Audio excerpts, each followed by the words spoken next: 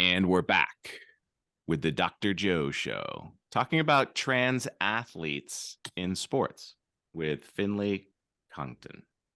So you were talking about the trans athlete themselves, and we've been talking about all night about open, curious conversation, respect and value.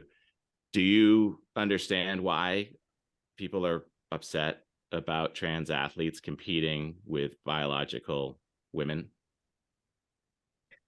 I do understand where that fear comes from. I think, especially, I grew up playing women's sports. I was a really dedicated women's ice hockey player, and that was my whole life. I love sports. I loved women's sports. It really was, that was my identity. And women's sports over a long period of time have been treated with a lot of disrespect. They've been underfunded. They've been unavailable a lot of the time. A lot of women want to play certain sports that they're just not able to play because the teams aren't available. No one's willing to fund it. No one's willing to watch it. That was Title IX, right? Title IX right. was the regulation that helped that along, right?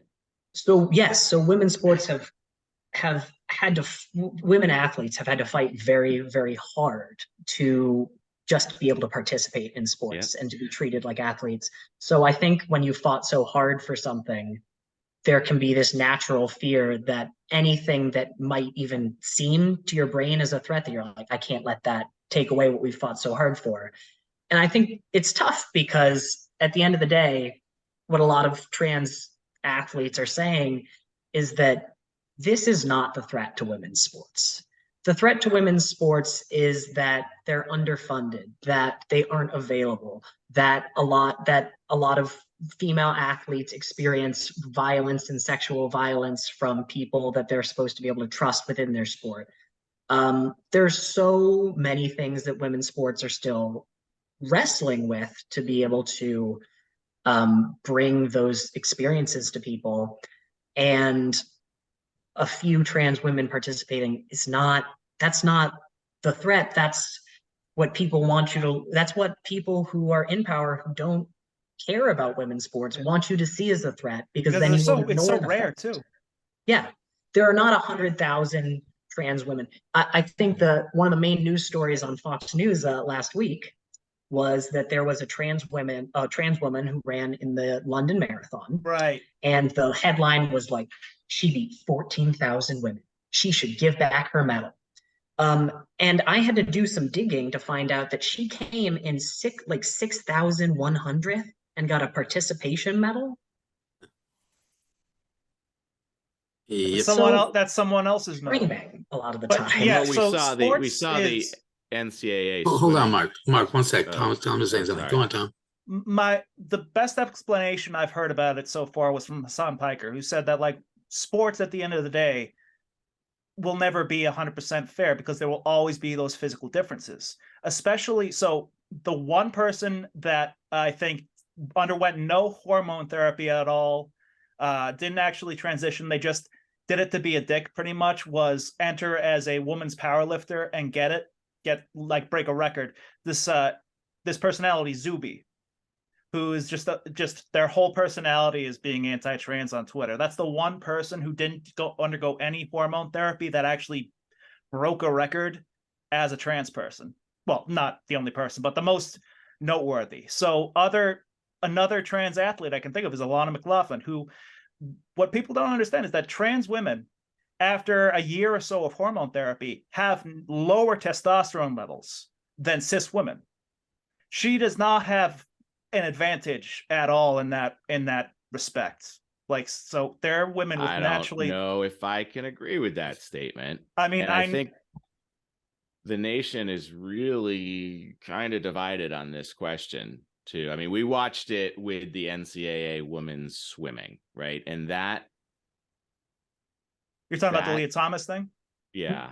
So the swim meet that they were talking about, she came in 5th. She was the first handed a medal because it was in the order of swimming rows, and I think also because of age, because she was the oldest or something. Like, so she was not at that swim meet. There were over like 15 records broken. Leah Thomas did not break one of them. This is pure sore loser syndrome from a girl that came in like 17th or 18th place. It's a non-story. There are other sorts of bills that have been passed.